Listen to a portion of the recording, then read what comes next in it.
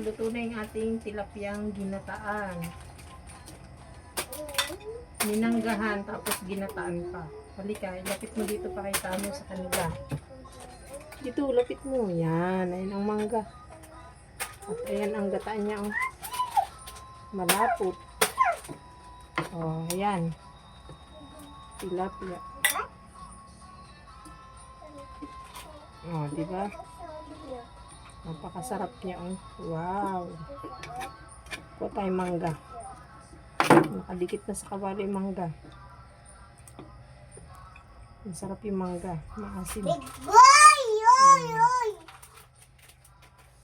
Okay na, baby. Wow, sarap. Ayan. What? At hindi lang yan. Meron tayong sinog ba? O inihaw. Ayan. Yan ang ulam namin.